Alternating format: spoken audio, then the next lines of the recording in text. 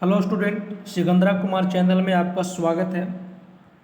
और NTPC CBT 2 exam का question answer करवाने वाले हैं। ये 9 मई का फर्स्ट शिफ्ट का क्वेश्चन आंसर है, जिसमें आपको मैथ, रीजनिंग और जनरल अवेयरनेस का क्वेश्चन है। मैथ रीजनिंग मैं एक वीडियो में साथ मिलाऊंगा और अभी जो करवाने वाले हैं वो जनरल अवेयरनेस का क्वेश्चन है दोस्तों। तो ये जो आप लोग का रिविजन भी हो जाएगा और दूसरी बात ऑप्शन सहित मैं रिविजन करवाऊंगा। ठीक है दोस्तों, तो चलिए मैं स्टार्ट करता हूँ। देखिए क्वेश्चन नंबर आपको 5 में, देखिए क्वेश्चन नंबर 5 में आपको है, महाराष्ट्र सरकार ने जेल पर्यटन पहल कब शुरू की थी। तो ये जो जेल पर्यटन पहल है ये जनवरी 2021 में शुरू की थी। महाराष्ट्र सरकार जो है जनवरी 2021 में जेल पर्यटन का शुरुआत किया था। तो कहाँ से किया था? तो ये आपको किया था पुणे से। पुणे में कहाँ से किया था? तो पुणे में यरवदा जेल है, ये यरवदा जेल से किया था। ठीक है दोस्तों, यहाँ पे देखिए यरवदा जेल, इसमें महात्मा गांधी इसमें 2 बार जेल जा चुके हैं। जवाहरलाल नेहरू भी यरवदा जेल में ये भी हवा खा चुके हैं इसमें। ठीक है, तो महाराष्ट्र की बात यहाँ पे आया तो महाराष्ट्र में अभी वर्तमान महाराष्ट्र का जो सीएम है अभी कौन है वहाँ के, बता सकते हैं? बताना तो आप लोग कमेंट में ज़रूर बताइए। ठीक है, और यहाँ मैं बता देता हूँ कि एकनाथ शिंदे अभी वर्तमान में जो वहाँ का सीएम है, एकनाथ शिंदे हैं। महाराष्ट्र का स्थापना 1960 ईस्वी में हुआ था। महाराष्ट्र राज्य दिवस कब मनाया जाता है? तो महाराष्ट्र का राज्य दिवस जो है 1 मई को मनाया जाता है, महाराष्ट्र और गुजरात को साथ में। ठीक है दोस्तों, और 1 मई को मजदूर दिवस भी मनाया जाता है। ठीक है, चलिए नेक्स्ट में चलते हैं। नेक्स्ट में आपको है, देखिए क्वेश्चन नंबर 7 में आपको, क्वेश्चन नंबर 7 में आपको है, निम्नलिखित में उस प्रक्रिया के रूप में परिभाषित किया जा सकता है जिसमें सरकार एक या एक से अधिक कंपनी को अधिकांश हिस्सेदारी बेचती है, जबकि सरकार के पास अभी भी इसका स्वामित्व होता है और अल्पसंख्यक हितधारक के रूप में बनी रहती है। उसे हम क्या कहते हैं? तो उसे विनिवेश कहा जाता है। ठीक है, या उसको क्या बोलते हैं? या उसको स्वत्व मोचन बोला जाता है। ठीक है दोस्तों, चलिए नेक्स्ट में आते हैं। नेक्स्ट में आपका देखिए, नेक्स्ट में देखिए क्वेश्चन नंबर आपको 11 में, क्वेश्चन नंबर 11 में है कि अनुच्छेद 239 का संबंध किससे है। तो देखिए अनुच्छेद 239 के तहत राष्ट्रपति द्वारा केंद्र शासित प्रदेश के प्रशासन, यानी केंद्र शासित प्रदेश में जो प्रशासन होता है राष्ट्रपति के द्वारा किया जाता है। ठीक है दोस्तों, यहाँ पे देखिए राष्ट्रपति की बात है तो राष्ट्रपति जो भारत में एक राष्ट्रपति होगा अनुच्छेद 52 के तहत होती है। ठीक है, अनुच्छेद 53 में राष्ट्रपति की शक्ति के बारे में वर्णन किया गया है। अनुच्छेद 54 में राष्ट्रपति का जो चुनाव होता है ये अनुच्छेद 54 के तहत किया गया। 55 में अनुच्छेद यानी 55 में राष्ट्रपति का जो निर्वाचन किया जाता है अनुच्छेद 55 के तहत किया जाता है। अनुच्छेद 56 में राष्ट्रपति का जो कार्यकाल होता है यानी जो 5 वर्ष का, ठीक है, ये अनुच्छेद 56 में वर्णन है। अनुच्छेद 57 में पुनः निर्वाचन यानी फिर से निर्वाचन होता है अनुच्छेद 57 के तहत। और अनुच्छेद 58 जो है राष्ट्रपति की योग्यता तय किया जाता है कि राष्ट्रपति बनने के लिए योग्यता क्या होना चाहिए। 59 में देखिए दोस्तों, 59 में राष्ट्रपति कुछ शर्तें हैं, कुछ शर्त रखा गया है। और 60 में राष्ट्रपति जो बनता है उसके लिए शपथ जो दिलाया जाता है ये अनुच्छेद 60 के तहत बना जाता है। ठीक है, तो 61 में देखिएगा, 61 में क्या होता है? तो 61 में आपको राष्ट्रपति पर महाभियोग लगाया जाता है। और 62 में अगर राष्ट्रपति का पद रिक्त है तो उसके बदले में उपराष्ट्रपति कार्य करता है। जो राष्ट्रपति किसी भी व्यक्ति को क्षमादान कर सकता है तो अनुच्छेद 72 के तहत किसी भी व्यक्ति को राष्ट्रपति क्षमादान करने का अधिकार उसका है। ठीक है दोस्तों, चलिए अब क्वेश्चन नेक्स्ट में आते हैं। नेक्स्ट में देखिए क्या है, यहाँ पे आपको है क्वेश्चन नंबर 13 में देखिए कि 3 अगस्त 2021 को किसमें बिल मास्टर ओपन में भारत के 69वां शतरंज ग्रैंड मास्टर बने थे। तो ये हर्षित राजा जो है 69वां शतरंज ग्रैंड मास्टर बने थे, ये 3 अगस्त 2021 को। नेक्स्ट क्वेश्चन में आते हैं। नेक्स्ट क्वेश्चन में आपको है कि भारत के सबसे पहले औद्योगिक नीति का संकल्प की घोषणा कब हुआ था। तो सबसे पहली बार हुआ था 1948 में, याद रखिएगा। और अगर दूसरी बार पूछा जाए तो दूसरी बार 1956 ईस्वी में हुआ था।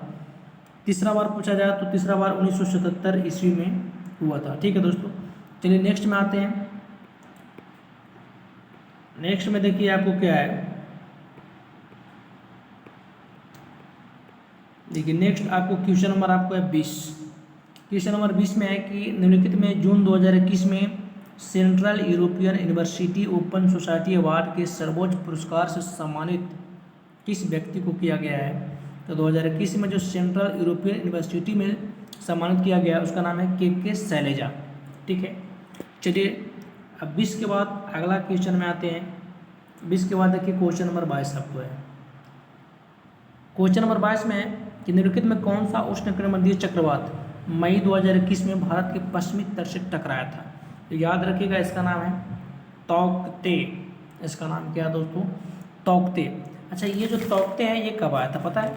तो ये जो तौकते हैं ये 14 मई से लेकर के 19 मई, ठीक है, 19 मई के बीच में आया था ये तौकते। ये कहाँ से उठा था, ये जो तौकते हैं ये अरब सागर से उठा था। ये अरब सागर से आने वाली चक्रवात है, हमारे अरब सागर, ठीक है, जो भारत के पश्चिमी तट पर पड़ता है ये। ठीक है, उसके बाद देखिए हुदहुद। ये हुदहुद जो आया है ये हिंद महासागर से उठने वाली चक्रवात है, ये भी उष्णकटिबंधीय चक्रवात है। तितली की बात करते हैं तो ये उड़ीसा और आंध्र प्रदेश के तट पर आई थी।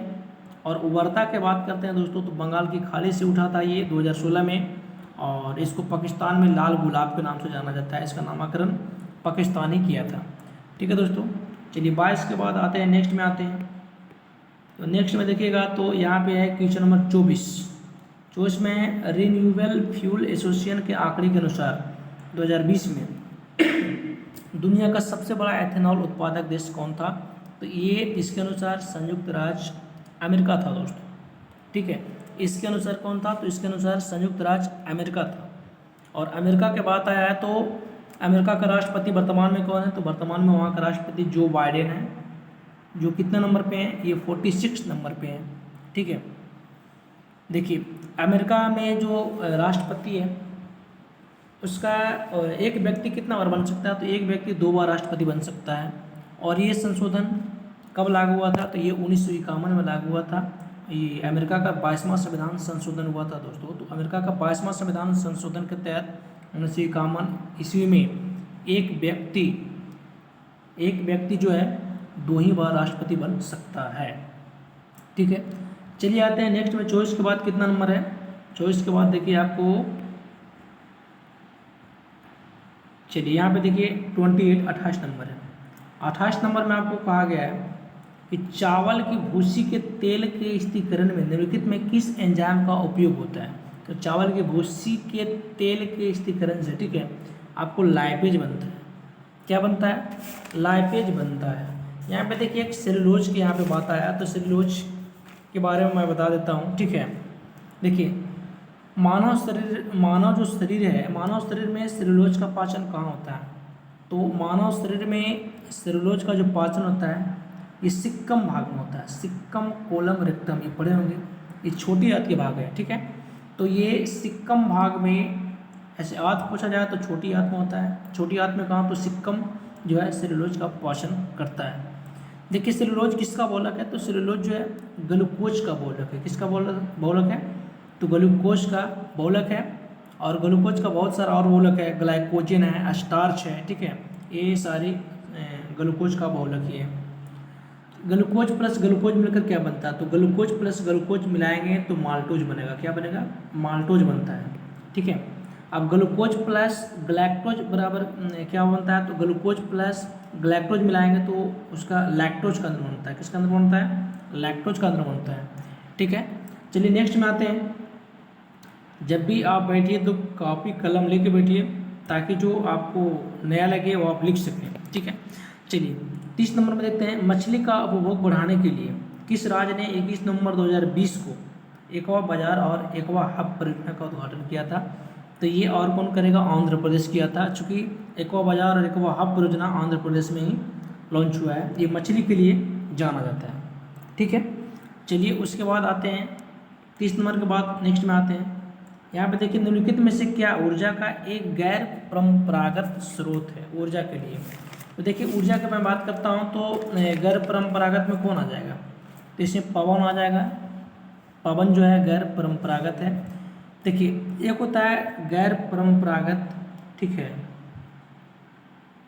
और एक होता है परंपरागत, है ना, परंपरागत। तो देखिए दोनों में कन्फ्यूजन नहीं होइएगा। जो आपको गैर परंपरागत में है उसमें कौन कौन आएगा, इसमें लकड़ी आ जाएगा, साथ में पेट्रोल आ जाएगा, तेल आ जाएगा, ठीक है, डीजल आ जाएगा, गैस आ जाएगा, ये सब गैर परंपरागत है। यहाँ पे देखिए डीजल है जो गैर परंपरागत है, लेकिन बायोडीजल की अगर बात किया जाए तो बायोडीजल आपको परंपरागत ऊर्जा हो जाएगा। सूर्य की ताप की बात किया जाए ये परंपरागत ऊर्जा हो जाएगा। भूताप की बात किया जाए ये भूताप ये परंपरागत ऊर्जा हो जाएगा। समुद्री ताप की बात किया जाए जितना भी ताप आपको है ये आपको परंपरागत ऊर्जा हो जाएगा। पवन चक्की की बात किया जाए तो पवन चक्की भी आपको परंपरागत ऊर्जा हो जाएगा, ठीक है। चलिए नेक्स्ट में आते हैं। तो नेक्स्ट में देखिए 30 के बाद देखिए आपको क्वेश्चन नंबर आपको 32 में है कि निम्नलिखित में कौन सी विद्युत आवेश की वह ऐसा इकाई है जो लगभग 6 गुने 10⁻18 इलेक्ट्रॉन में निहित आवेश के बराबर होता है। आवेश यहाँ पे पूछा है तो आवेश का ऐसा मात्रक क्या है, इसका कूलाम है, ठीक है। आवेश की मात्रा क्या है, कूलाम है। चुंबकीय फ्लक्स का पूछा जाए तो चुंबकीय फ्लक्स का क्या होता है, तो वेबर होता है, ठीक है, क्या होता है, वेबर। अगर ज्योति फ्लक्स के पूछा जाए इसका ज्योति फ्लक्स का पूछा जाए तो इसका ऐसा मात्रा क्या होता है, ल्यूमेन होता है। विद्युत धारा का पूछा जाए तो विद्युत धारा का क्या होता है, एम्पियर होता है, ठीक है। चलिए नेक्स्ट में आते हैं। 32 के बाद नेक्स्ट में आते हैं। नेक्स्ट में आपको क्या है, देखिए क्वेश्चन नंबर 33। क्वेश्चन नंबर कितना है, तो क्वेश्चन नंबर आपको 33 में कह रहा है आईपीसीसी जलवायु परिवर्तन से संबंधित विज्ञान के आकलन के अनुसार संयुक्त राष्ट्र का निकाय है जो आईपीसीसी का पूर्ण रूप यानी इसका फुल फॉर्म पूछा। तो इसका फुल फॉर्म देखिए यहाँ पे लिखा हुआ है ना, inter governmental panel on climate change, है ना, ये आपका इसका फुल फॉर्म है। चलिए क्वेश्चन नंबर 34 में आते हैं। 34 में क्या आपको है, 34 में आपको है कि समकालीन कर्नाटक संगीत में मेलकर्ता रागों की संख्या कितना है। कर्नाटक संगीत में आपको कितना है, तो 72 है, ठीक है। मेलकर्ता राग पूछ रहा है आपको खास करके, ठीक है। तो ये आपको यहाँ कितना हो जाएगा, ये 72 हो जाएगा, ठीक है। 34 के बाद देखिए क्वेश्चन नंबर कितना है, 34 के बाद हाँ क्वेश्चन नंबर आपको 37 है। 37 में करा भारत में बोडो भाषा मुख्यतः किस राज्य में बोली जाती है, तो बोडो कहाँ बोली जाती है, बोडो असम की भाषा। असम की बात करते हैं तो असम का भी सीएम वर्तमान में कौन है, हेमंत बिश्व शर्मा, ठीक है। हेमंत बिश्व शर्मा वहाँ का सीएम है और राज्यपाल जगदीश मुखी हो जाएगा, ठीक है। जगदीश मुखी वहाँ का राज्यपाल है। चलिए नेक्स्ट में आते हैं। 37 के बाद देखिए क्वेश्चन नंबर आपको 38 में आते हैं। 38 में आपको क्या है, मानव विकास सूचकांक रैंकिंग 2020 के अनुसार निम्नलिखित में किस देश में जन्म के समय जीवन प्रत्याशा उच्चतम था, ठीक है। 2020 के अनुसार तो सबसे ऊंच था हांगकांग, ठीक है, हांगकांग में। देखिए यहाँ पे मानव विकास सूचकांक रैंकिंग में अगर भारत का स्थान पूछा जाए 2020 में जो कितना भारत का स्थान था, तो उसमें 131वां स्थान भारत का था, ठीक है। मानव विकास सूचकांक जो है इसका मतलब क्या होता है, इसका मतलब होता है कि इसमें किसी भी देश का स्वास्थ्य, शिक्षा, ठीक है, और जीवन का स्तर को मापा जाता है। ये मानव विकास सूचकांक के अनुसार होता है, जिसमें भारत का स्थान कितना था, 131वां, ठीक है। चलिए क्वेश्चन नंबर 38 के बाद आते हैं। 38 के बाद नेक्स्ट में आइए। 38 के बाद देखिए क्वेश्चन नंबर 41 41 में। तो 41 में है कि आर्थिक सहयोग और विकास संगठन OECD के 2020 के आंकड़ों के अनुसार किस देश में स्वास्थ्य प्रति व्यक्ति कुल व्यय सर्वाधिक है, तो OECD के अनुसार आपको हो जाएगा USA, यानी किस देश में, अमेरिका में हो जाएगा। OECD ये आर्थिक सहयोग और विकास संगठन 2022, ठीक है।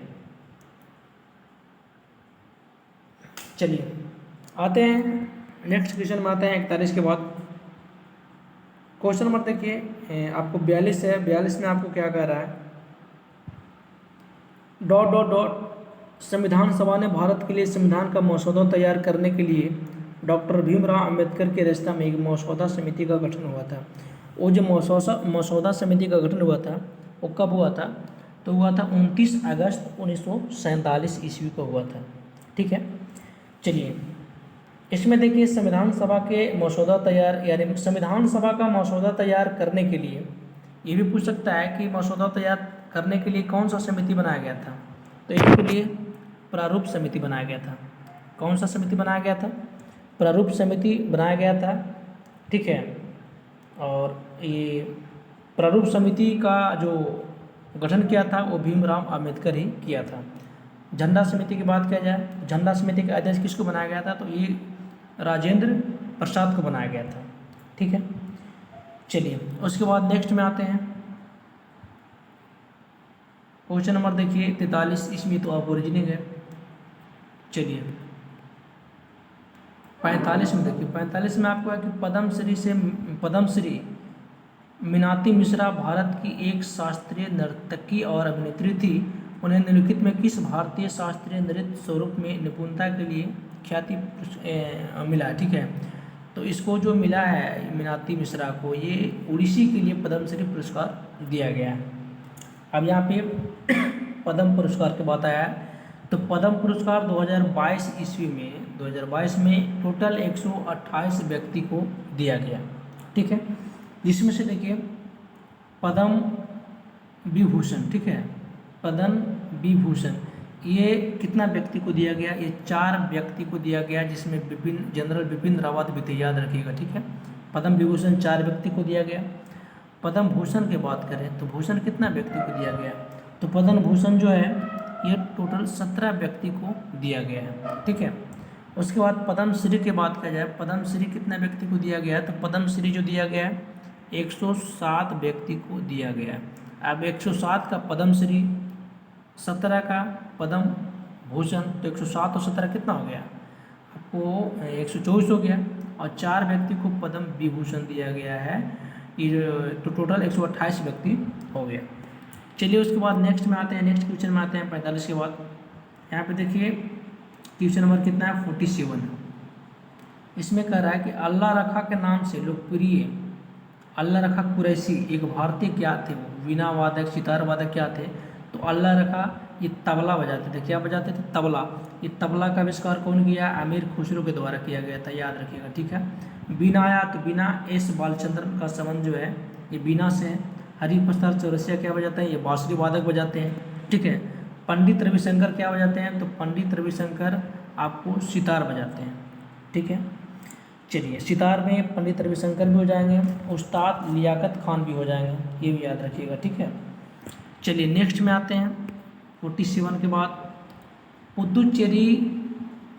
पुदुचेरी के विलियानोर मंदिर में किए जाने वाला पुदुचेरी का कौन सा अनुष्ठानिक लोक नृत्य हिंदू महाकाव्य रामायण से संबंधित है? तो याद रखिएगा ये आपको गराडी है। ठीक है, ये हिंदू महाकाव्य रामायण से संबंधित ये गराडी है। चलिए नेक्स्ट में आते हैं 48 के बाद। 48 के बाद देखिए क्वेश्चन नंबर कितना आपको है? हाँ, दिसंबर 2021 तक प्राप्त जानकारी के अनुसार भारत में नाभिकीय ऊर्जा संयंत्रों की कुल कितनी संख्या है? तो ये आपको करंट का क्वेश्चन है, तो इसके अनुसार टोटल कितना है? ये आपको अभी 2021 तक 7 कुल संयंत्रों की संख्या, नाभिकीय संयंत्रों की संख्या कितना है? तो 7 हो जाएगा। ठीक है, चलिए उसके बाद एक देखिए एक छूट गया क्वेश्चन नंबर 52। देखिए क्वेश्चन नंबर 52 में आपको क्या है? 2021 में डीआरडीओ द्वारा हिंद महासागर क्षेत्र में भारत की निगरानी क्षमता को बढ़ाने के लिए PSLV C-51 द्वारा किस उपग्रह को प्रक्षेपण किया है? तो याद रखिएगा सिंधु नेत्र उपग्रह। सिंधु नेत्र उपग्रह का प्रक्षेपण जो है किस उपग्रह से किया गया? तो PSLV C-51। बहुत ही इंपॉर्टेंट क्वेश्चन है ये। ठीक है, अब यहाँ पे देखिए इसरो अगर चंद्रयान 2 को पूछा जाए कि चंद्रयान 2 को छोड़ा गया था, ये किसके माने किस उपग्रह से छोड़ा गया था? तो याद रखिएगा GSLV मार्क 3, ठीक है। GSLV मार्क 3 से छोड़ा गया था। चंद्रयान फर्स्ट को पूछा जाए तो चंद्रयान फर्स्ट को PSLV C11, ठीक है, C11 उपग्रह से छोड़ा गया था। देखिए चंद्रयान फर्स्ट को जो छोड़ा गया था PSLV C11, ये 2008 में छोड़ा गया था चंद्रयान फर्स्ट को। और जिस समय छोड़ा गया था उस समय इसरो का अध्यक्ष कौन था? तो इसरो का अध्यक्ष उस समय जी माधवन नारायण था, याद रखिएगा, जी माधवन नारायण, ठीक है। चलिए इसको छोड़ा गया था कहाँ से? तो चंद्रयान फर्स्ट को श्रीहरिकोटा से छोड़ा गया था। नेक्स्ट क्वेश्चन में आते हैं। 52 के बाद 53 हो चुका है। 53 के बाद देखिए, 53 के बाद क्वेश्चन नंबर कितना है? क्वेश्चन नंबर आपको 56 है, 56।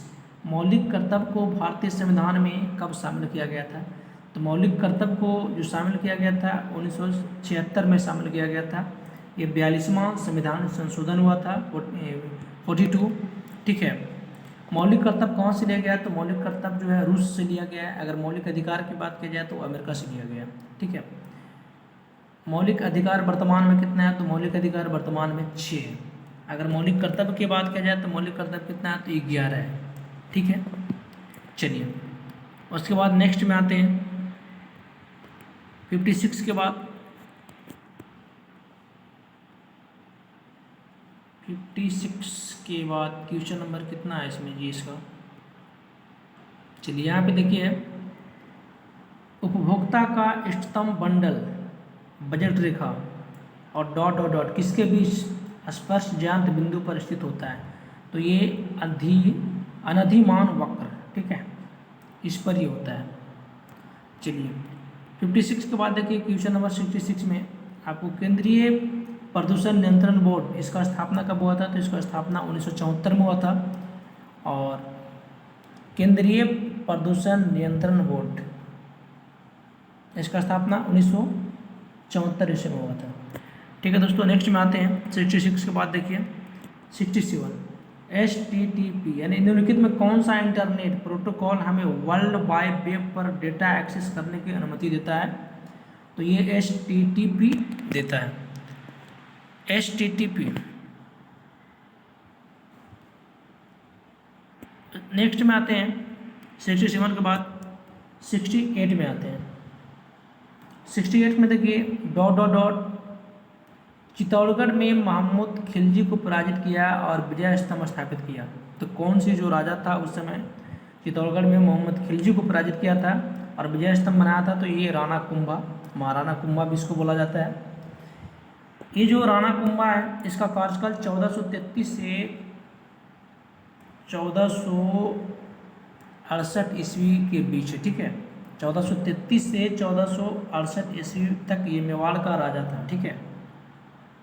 इसको चित्तौड़ दुर्ग की आधुनिक निर्माता माना जाता है, याद रखिएगा, महाराणा कुंभा को चित्तौड़ दुर्ग की आधुनिक निर्माता, ठीक है, आधुनिक निर्माता माना जाता है, ठीक है। चलिए नेक्स्ट में आते हैं। नेक्स्ट में देखिए क्वेश्चन नंबर कितना है? क्वेश्चन नंबर 72 है ना। निम्नलिखित में किस वर्ण का उपयोग MS एक्सेल में निरपेक्ष एड्रेस बनाने के लिए किया जाता है? तो उसमें जो एड्रेस बनाने के लिए किया जाता है निरपेक्ष एड्रेस, एड्रेस नहीं एड्रेस है, तो इसमें डॉलर, ठीक है, डॉलर से इसको किया जाता है। और डॉलर की बात किया जाए तो डॉलर किस किस देश का मुद्रा है? तो ये ऑस्ट्रेलिया का, USA का, कनाडा का, सिंगापुर का, ठीक है, और बहुत सारा है, ताइवान, नामीबिया, ये सब का मुद्रा जो है डॉलर अभी चल रहा है, ठीक है। चलिए नेक्स्ट में आते हैं 72 के बाद। नेक्स्ट में देखिए आपको 74 में सिक्किम में लाबाब दुचेन नामक पर्व डॉट डॉट डॉट के स्वर्ग से पृथ्वी पर अवतरण के उपलक्ष्य में मनाया जाता है। मतलब किसके अवतरण के उपलक्ष्य में मनाया जाता है सिक्किम में लाबाब दुचेन नामक पर्व? तो भगवान बुद्ध यानी महात्मा बुद्ध, ठीक है। महात्मा बुद्ध के बारे में जानते होंगे, इसका जन्म तो 563 ईसा पूर्व में हुआ था, ठीक है। ये कहाँ हुआ था? तो लुम्बिनी में हुआ था, लुम्बिनी में हुआ था, जो ये नेपाल में होता है लुम्बिनी। ठीक है, चलिए ये किस वंश के थे, तो ये शाक वंश से थे। इसका पिता का नाम सुदोषण और माता का नाम माया देवी जानते हैं। जो इनके जन्म के 7वें दिन बाद उनका डेथ हो गया था माता का। इनका पालन पोषण जो है, इनका मौसी का नाम गौतमी है और गौतमी की थी। ठीक है, अब देखिए महात्मा बुद्ध के समय जो बौद्ध संगीति हुआ था, देखिए प्रथम बौद्ध संगीति की बात करते हैं। प्रथम बौद्ध संगीति तो ये कहाँ हुआ था, तो ये राजगिरी में हुआ था। दूसरा बौद्ध संगीति वैशाली में हुआ था। तीसरा पाटलिपुत्र में हुआ था और चौथा कश्मीर में हुआ था, कुंडलवन में हुआ था। ठीक है, यहाँ पे देखिएगा जो प्रथम बौद्ध संगीति हुआ था किसके शासनकाल में हुआ था, तो प्रथम बौद्ध संगीति अजातशत्रु के शासनकाल में हुआ था। अजातशत्रु किस वंश के थे, तो ये हर्जक वंश के थे। दूसरा बौद्ध संगीति कालाशोक के शासनकाल में हुआ था। ये कालाशोक शिशुनाग वंश का था। तीसरा अशोक के समय हुआ था, मौर्य वंश के। चौथा ये चौथा बौद्ध संगीति जो हुआ था तो किसके शासनकाल में हुआ था, कनिष्क के शासनकाल में हुआ था। ठीक है, यहाँ पे देखिए और इसके बारे में बताते हैं। देखिए प्रथम बौद्ध संगीति में क्या हुआ था, प्रथम बौद्ध संगीति में बुद्ध का जो उपदेश है, ठीक है, 2 पिटक में दिया गया था, जिसमें सूत पिटक और विनय पिटक। ठीक है, विनय पिटक इसके बारे में। अगर दूसरा बौद्ध संगीति में क्या हुआ था कि जो बौद्ध धर्म जो स्थापित हुआ था, ठीक है, बौद्ध धर्म जो स्थापित हुआ था या दूसरा बौद्ध संगीति के बाद हुआ था। ठीक है, तीसरा में देखिए तीसरा बौद्ध संगीति में क्या हुआ था, इसका जो मुख्य उद्देश्य क्या था, इसमें सबसे पहली बात है कि तीसरा बौद्ध संगीति में अभिधम पिटक को जोड़ा गया। किसको जोड़ा गया, अभिधम पिटक। पिटक 3 प्रकार का था, सूत पिटक, विनय पिटक और अभिधम। तो तीसरा बौद्ध संगीति में अभिधम पिटक को जोड़ा गया। ठीक है, चौथा बौद्ध संगीति के अंतर्गत याद रखिएगा कि हीनयान और महायान जो शाखा था ये विभाजन हुआ था, ये चौथा बौद्ध संगीति में। ठीक है दोस्तों, चलिए नेक्स्ट में आते हैं 74 के बाद। 74 के बाद देखिए 76 में है 3 सितंबर 2021 को भारतीय निशानेबाज ने पैरा ओलंपिक के एकल संस्करण में 2 पैरा ओलंपिक पदक जीते, जिसका नाम है अवनी लेखरा। इसका नाम क्या है, इसका नाम आपको है अवनी लेखरा। ठीक है, चलिए नेक्स्ट में आते हैं 76 के बाद। देखिए क्वेश्चन नंबर कितना है, 78 है। 78 में है डॉट डॉट डॉट एक वरिष्ठ न्यायालय द्वारा एक अधीनस्थ न्यायालय या न्यायाधिकरण या लोक प्राधिकरण को दिया गया हुक्म या आदेश है कि यदि वह अपने कर्तव्य का निर्वहन नहीं कर रहा है तो मतलब कि कौन सा रीट जारी किया जाता है, तो उसके लिए परमादेश जारी किया जाता है। जिसमें आदेश के बाद का जाए उसके लिए क्या होगा, परमादेश होगा। देखिए रीट कितने प्रकार के होते हैं और रीट जारी कौन करता है, याद रखिएगा। ठीक है, रीट जो है 5 प्रकार के होते हैं। पहला का नाम होता है बंदी प्रत्यक्षीकरण। क्या होता है, बंदी प्रत्यक्षीकरण, इसको बोलते हैं हैबियस कॉर्पस। दूसरा परमादेश, इसको परमादेश को इंग्लिश में बोलते हैं मेंडामस। क्या बोलते हैं, मेंडामस। तीसरा होता है उत्प्रेषण। क्या होता है, उत्प्रेषण, इसको इंग्लिश में स्टैट्यूटरी बोला जाता है। चौथा होता है निषेध आज्ञा, इसको इंग्लिश में प्रोविजन बोला जाता है। क्या बोला जाता है, प्रोविजन। और छठा होता है अधिकार परीक्षा लेख। ये छठा होता है अधिकार परीक्षा लेख, इसको क्यू वरंटो बोला जाता है। क्या बोला जाता है, इसको बोला जाता है क्यू वरंटो। ठीक है, यहाँ पे देखिए रीट जारी कौन करता है, तो जान गए 5 प्रकार का होता है। रीट जारी करने का अधिकार दो का है, एक सुप्रीम कोर्ट को, किसको, सुप्रीम कोर्ट को, और दूसरा किसका है, हाई कोर्ट को, दूसरा हाई कोर्ट को। यहाँ पे ध्यान दीजिएगा कि सुप्रीम कोर्ट जो जारी करेगा अनुच्छेद कितना के तहत, तो अनुच्छेद 32 के तहत जो है सुप्रीम कोर्ट ये रीट को जारी कर सकता है, और अनुच्छेद 266 के तहत हाई कोर्ट रीट को जारी करता है। ठीक है, चलिए हैबियस कॉर्पस में क्या होता है, बंदी प्रत्यक्षीकरण में क्या होता है, बंदी प्रत्यक्षीकरण में अगर पुलिस जो है किसी भी व्यक्ति को 24 घंटा में अगर किसी व्यक्ति को गिरफ्तार कर लेता है तो 24 घंटा के अंदर मजिस्ट्रेट के पास उसको पहुंचाना पड़ता है, ठीक है। और मजिस्ट्रेट उसको फैसला सुनाता है सही या गलत का, उसके अनुसार उसको सज़ा दिया जाता है, ठीक है। चलिए नेक्स्ट में है 78 के बाद 79 में देखिए, उप सहारा अफ्रीका में आय और खाद्य उत्पादन में, ठीक है, आय और किसमें, खाद्य उत्पादन में सुधार करने वाले ट्रॉपिकल लेगुएस प्रोजेक्ट के लिए किस संस्थान को अफ्रीका खाद्य पुरस्कार 2021 के लिए दिया गया है, उप सहारा अफ्रीका में। तो ये भारतीय गन्ना को नहीं दिया गया, इसमें अंतर्राष्ट्रीय अर्धशुष्क उष्णकटिबंधीय फसल अनुसंधान संस्थान को दिया गया। इसको बोलते हैं ICRISAT, ICRISAT, ठीक है। इसका फुल फॉर्म के बारे में जान लीजिए, आई से इंटरनेशनल, सी से क्रॉप्स, आर से रिसर्च, ठीक है। और आई से इंस्टीट्यूट हो जाएगा, एस से सेमी, ए से एरिट हो जाएगा और टी से ट्रॉपिक्स। यानी इसको पूरा नाम अगर बोल सकते हैं तो इसका पूरा नाम क्या हो जाएगा, international crops research institute of the semi arid tropics. इसका मुख्यालय पड़ता है कहाँ, हैदराबाद। इसका मुख्यालय पड़ता है हैदराबाद में। हैदराबाद में पाटन चेर नाम का एक जगह है, पाटन चेर, ठीक है। इसका मुख्यालय पाटन चेर में हैदराबाद में पड़ता है। यहाँ पे देखिए भारतीय गन्ना अनुसंधान संस्थान IISR, ठीक है। इसका मुख्यालय लखनऊ में पड़ता है। कहाँ पड़ता है, इसका लखनऊ में पड़ता है। इसको इंडियन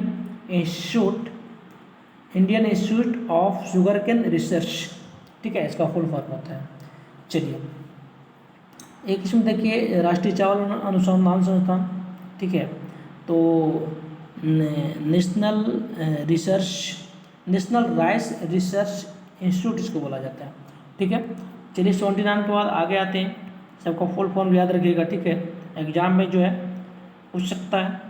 देखिए यहाँ पे 84 में है क्या, 84 में केंद्रीय मंत्रिमंडल की नियुक्ति कौन करता है, तो इसे प्रधानमंत्री के सलाह पर भारत के जो राष्ट्रपति हैं वो करता है, ठीक है। चलिए यहाँ पे देखिए संसद जो है, संसद में कितने मतलब संसद कैसे बनता है, इसमें राज्यसभा और लोकसभा, ठीक है, और राष्ट्रपति तीनों को मिलाकर के संसद का निर्माण होता है। अब देखिए लोकप्रिय सदन किसको बोला जाता है, तो लोकप्रिय सदन लोकसभा को बोला जाता है। किसको बोला जाता है, लोकसभा को। और निम्न सदन भी लोकसभा को बोला जाता है, लेकिन उच्च सदन राज्यसभा को बोला जाता है। याद रखिएगा उच्च सदन किसको बोला जाता है, तो उच्च सदन राज्यसभा को बोला जाता है, ठीक है। संसद अनुच्छेद कितना के तहत होता है, ठीक है, तो संसद 79 के तहत होता है। किसका तहत, 79 के तहत। राज्यसभा जो होती है ये 80 के तहत होती है, और लोकसभा जो होती है ये अनुच्छेद 81 के तहत होता है, ठीक है। चलिए नेक्स्ट में आते हैं 84 के बाद देखिए 85 में सीमांत उपभोग प्रवृत्ति MPC, इसको क्या बोलते हैं, MPC किससे संबंधित है, तो ये आय में परिवर्तन के साथ उपभोग में परिवर्तन की दर। जब आय में परिवर्तन हो रहा है तो उसके साथ साथ में उपभोग में परिवर्तन होगा, तो ये इसको सीमांत उपभोग बोला जाता है। MPS की बात आया तो MPS क्या है, एक होता है NPS नेशनल पेंशन वाला ना, ये आपको अलग हो गया। NPS जब किसी का जॉब लगता है तो NPS फॉर्म भरा जाता है, चाहे स्टेट गवर्नमेंट का हो या सेंट्रल गवर्नमेंट का हो, ठीक है। ये है MPS, क्या है तो MPS यानी मॉनेटरी पॉलिसी कमेटी, मौद्रिक नीति समिति, ठीक है। इसका गठन जो है भारत सरकार करता है। इसका गठन कौन करता है, इसका गठन भारत सरकार, MPC का गठन भारत सरकार किया था। ये 2016 में इसका गठन हो चुका था। कब हुआ था, 2016 में, ठीक है। चलिए नेक्स्ट में आते हैं 85 के बाद। 85 के बाद कितना नंबर में देखते हैं, हाँ 91 में देखिए वेलेरिया लुइसेली को उनके किस उपन्यास के लिए अंतर्राष्ट्रीय डबलिन साहित्य पुरस्कार 2021 में दिया गया, तो इसको लास्ट चिल्ड्रेन आर्काइव, इसके लिए उनको डबलिन साहित्य पुरस्कार दिया गया, ठीक है। ये जो the story of my teeth ये पुस्तक है, इसका भी वेलेरिया लुइसेली है। ये सभी जो पुस्तक है साइड वॉक्स, इसका भी वेलेरिया लुइसेली है, फेसेस इन द क्राउड, ये भी वलेरिया लुसेरी के द्वारा ही लिखा गया है। लेकिन ये लास्ट चिल्ड्रन अक्वाई, ये पुस्तक के लिए इनको अंतर्राष्ट्रीय डबलिंग साहित्य पुरस्कार दिया गया है। चलिए नेक्स्ट में आते हैं। नेक्स्ट में देखिए 91 के बाद, देखिए 91 के बाद आपको 95 में है। तो 95 में भारत के वे पहले अधिकारी कौन है जिन्हें जेंडर लीडरशिप एंड इम्पैक्ट श्रेणी के तहत फरवरी 2021 में संयुक्त राष्ट्र एशिया पर्यावरण परिवर्तन पुरस्कार दिया गया। तो पर्यावरण परिवर्तन पुरस्कार जो है सुष्मिता लेंका को दिया गया। किसको दिया गया? सुष्मिता लेंका को दिया गया। ठीक है, 95 के बाद चलिए नेक्स्ट में आते हैं। नेक्स्ट में आपको है कि 12 मार्च कितना ईस्वी को भारत सरकार द्वारा साहित्य अकादमी का औपचारिक उद्घाटन किया गया था। देखिए साहित्य अकादमी पुरस्कार का शुरुआत 1954 ईस्वी में हुआ है। अगर भारत रत्न की बात किया जाए तो भारत रत्न भी, इसका स्थापना भी 1954 में हुआ है। ठीक है, नोबेल पुरस्कार की बात किया जाए तो नोबेल पुरस्कार का शुरुआत 1901 ईस्वी में हुआ था, नोबेल पुरस्कार का शुरुआत। ठीक है, चलिए नेक्स्ट में आते हैं। 97 के बाद आगे आते हैं। आगे यहाँ पे देखिए आधुनिक वर्ष सारणी के अनुसार निम्नलिखित में किस तत्व का परमाणु क्रमांक 30 है? तो जस्ता का। ठीक है, जस्ता का अयस्क का नाम क्या है? इसका जिंक ब्लेड हो जाएगा। क्या हो जाएगा? जिंक ब्लेड, जिंकाइड, ये सब जस्ता का अयस्क है। कोबाल्ट का परमाणु संख्या कितना है? तो कोबाल्ट की 27 हो जाएगा। निकल की कितना है? निकल की 28 हो जाएगा। आयरन की कितना है? इसका 26 हो जाएगा। ठीक है, ये सब याद रखिएगा। चलिए नेक्स्ट में आते हैं। नेक्स्ट में आपको है महिलाओं की एक पत्रिका है जिसका नाम है बाम बुदनी। बाम बुदनी पत्रिका के संपादक कौन है? क्या बता सकते हैं? बाम बुदनी देखिए, इसे शुरुआत इसका क्या था? भारतेंदु हरिश्चंद्र। ठीक है, ये महिला के लिए लिखा गया था। महिला के लिए ये 1874 में इसका शुरुआत हुआ था। तो इसका संपादक इसमें ये तो है ना भारतेंदु हरिश्चंद्र, इसमें उमेश चंद्र दत्ता है, ये भी इसका किया था बाद में। ठीक है, चलिए यहाँ पे राजा राम मोहन राय की बात आ रहा है। तो ये कौन सी पत्रिका लिखे हैं? इनका पत्रिका का नाम संवाद, क्या है? संवाद, कुमौदी, है ना, संवाद, कुमौदी, मिरात उल अखबार, ये सब राजा राम मोहन राय का। ये देवेंद्रनाथ टैगोर की बात किया जाए तो तत्वबोधिनी पत्रिका है। क्या? तत्वबोधिनी, याद रखिएगा, लिख लीजिए तत्वबोधिनी। ठीक है, चलिए स्वामी विवेकानंद की बात किया जाए तो प्रबुद्ध भारत, बहुत इम्पोर्टेंट इनका ये प्रबुद्ध, है ना, प्रबुद्ध भारत, ये 1893 में स्वामी विवेकानंद शिकागो में भाषण दिए थे जिसमें हिला दिए थे, याद रखिएगा। ठीक है, चलिए 105 के बाद आगे आइए। आगे इसमें है कि वैष्णव संप्रदाय में देव के कितने अवतार या अवतार को माना गया? तो जो भगवान विष्णु का अवतार 10 माना गया है। चलिए 106 के बाद आते हैं नेक्स्ट में कालिदास निम्नलिखित में किस कृति में भगवान शिव और देवी पार्वती के पुत्र कार्तिकेय का जन्म के बारे में? तो कुमार संभव, याद रखिएगा, कार्तिकेय को कुमार संभव में कार्तिकेय का जन्म के बारे में बताया गया है। जैसे ऋतु संहार, मेघदूत, रघुवंश, ये सब कालिदास का ही है। ठीक है, चलिए नेक्स्ट में आइए। चंपारण सत्याग्रह कब हुआ था? तो 1917 में हुआ था। 1918 में हुआ है खेड़ा आंदोलन। 1919 के बात किया जाए जालियांवाला बाग हुआ है। 1920 में बात किया जाए असहयोग आंदोलन हुआ है। 1921 में प्रिंस ऑफ वेल्स भारत आए थे। 1922 में चौरी चौरा कांड हुआ है। 1923 की बात किया जाए तो 1923 में स्वराज पार्टी का गठन हुआ था। ठीक है, चलिए नेक्स्ट में आते हैं। चलिए यहाँ पे थोड़ा सा गड़बड़ हो गया है क्या? ठीक है, हाँ, चलिए उसके बाद 108 के बाद नेक्स्ट में आते हैं। हाँ, ये 109 नंबर में देखिए। 109 नंबर में नील नदी को निम्नलिखित में किस देश का रीढ़ की हड्डी कहा जाता है? तो नील नदी को मिस्र में रीढ़ की हड्डी कहा जाता है। ये नील नदी है। नील नदी का उत्पत्ति कहाँ से हुआ है? तो विक्टोरिया झील से हुआ है। कहाँ से हुआ है? विक्टोरिया झील। ये विक्टोरिया झील कहाँ है? तो ये अफ्रीका महादेश में है। और विक्टोरिया झील से कौन सी रेखा गुजरती है? तो विषुवत रेखा गुजरती है। नील नदी कहाँ गिरती है? तो नील नदी भूमध्य सागर में गिर जाती है। भूमध्य सागर में गिर जाती है। भूमध्य सागर 3 महादेश से गिरा हुआ है, जो यूरोप है, एशिया है ना, और अफ्रीका है। 3 महादेश से गिरा हुआ है। नील नदी जो है, नील नदी पर बसा सबसे बड़ा शहर का नाम काहिरा है, जो मिस्र की राजधानी पड़ता है। काहिरा इसको बोलते हैं। चलिए नेक्स्ट में आते हैं। 109 के बाद नेक्स्ट में आते हैं। ये देखिए, आपको विश्व का सबसे बड़ा नदी द्वीप जो माजुली द्वीप है, कहाँ पड़ता है, तो ये देखिए ब्रह्मपुत्रा नदी पर पड़ता है, ठीक है। ये कहाँ पड़ता है, तो ये असम में है। कहाँ है, असम में। अब ब्रह्मपुत्रा नदी के बात यहाँ पे आया, तो ब्रह्मपुत्रा नदी कहाँ से निकलती है, तो ये ब्रह्मपुत्रा नदी तिब्बत से निकलती है। तिब्बत में कहाँ, तिब्बत में मानसरोवर झील से निकलती है, और तिब्बत में इनका नाम सांगपो बोला जाता है। क्या बोला जाता है, सांगपो बोला जाता है, नहीं तिब्बत, हाँ ठीक है, सांगपो बोला जाता है। चलिए, ब्रह्मपुत्रा नदी भारत में सबसे पहले कहाँ प्रवेश होती है, तो ब्रह्मपुत्रा नदी जो है भारत में सबसे पहले अरुणाचल प्रदेश, किस राज्य में, तो अरुणाचल प्रदेश में प्रवेश करती है। वहाँ एक यांगयाप दर्रा है, दर्रा पूछेगा तो यांगयाप दर्रा से में प्रवेश करती है भारत में, ठीक है। अरुणाचल प्रदेश के बाद जो है ये असम में आती है। कहाँ आती है, असम में आती है।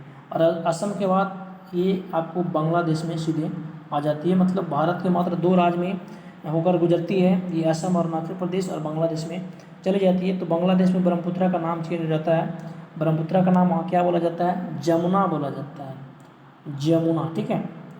और गंगा नदी को बांग्लादेश में क्या बोलते हैं, गंगा नदी को बांग्लादेश में पद्मा बोला जाता है। और जो जमुना और गंगा, ये दोनों का जो गंगा और पद्मा और जमुना, ये दोनों जो गिरती है बंगाल की खाड़ी में, मेघना के नाम से गिरती है, ठीक है। गोदावरी नदी देखिए, ये नासिक जिला में त्र्यंबक गांव की पहाड़ी से निकलती है, ठीक है।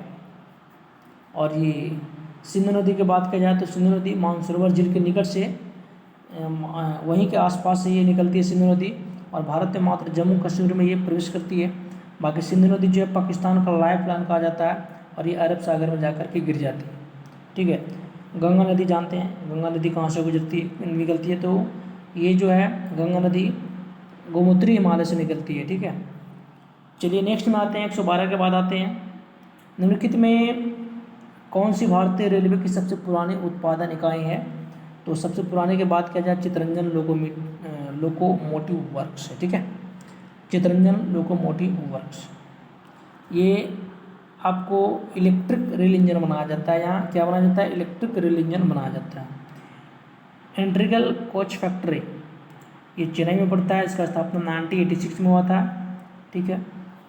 चलिए नेक्स्ट में आते हैं, 113 के बाद आइए, उदर्पातन क्या है। उदर्पातन किसको बोलेंगे, तो जब ठोस से सीधे गैस में बदलेगा, ठोस से सीधे गैस अवस्था में बदलती है, उसको क्या बोलते हैं, उसको उदर्पातन बोला जाता है। जैसे कपूर ठोस है, ठीक है, उसको जब आप जलाइएगा तो गैस में बदल जाएगा, उदर्पातन का काम कर रहा है वो। अगर पूछा जाए कि गैस से सीधे ठोस में बदलना क्या कहलाएगा, बता सकते हैं, अगर बता रहा है तो कमेंट में बताइए, ठीक है। तो मैं बता देता हूँ, गैस से सीधे ठोस में बदलना संघनन क्या कहलाता है, संघनन कहलाता है। गैस से सीधे द्रव में बदलना क्या कहलाता है, गैस से सीधे द्रव में बदलना, ये कमेंट में बताएंगे, ये मैं नहीं बताऊंगा, ठीक है।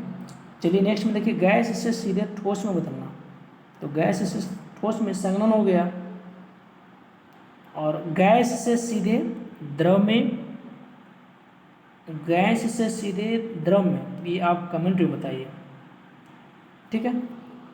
चलिए नेक्स्ट में, नेक्स्ट क्या है आपको, नेक्स्ट में देखिए कितना नंबर है, हाँ, भारत के निम्नलिखित में किस राज्य में पदयानी भद्रकाली मंदिर में किए जाने वाला एक धार्मिक नृत्य स्वरूप है, तो ये आपको केरला में, कहाँ है, तो केरला में, जहाँ का वर्तमान में सीएम कौन है, पी बिनाई है, ठीक है, पी बिनाई है ना, पी जिन उसको बोल सकते हैं।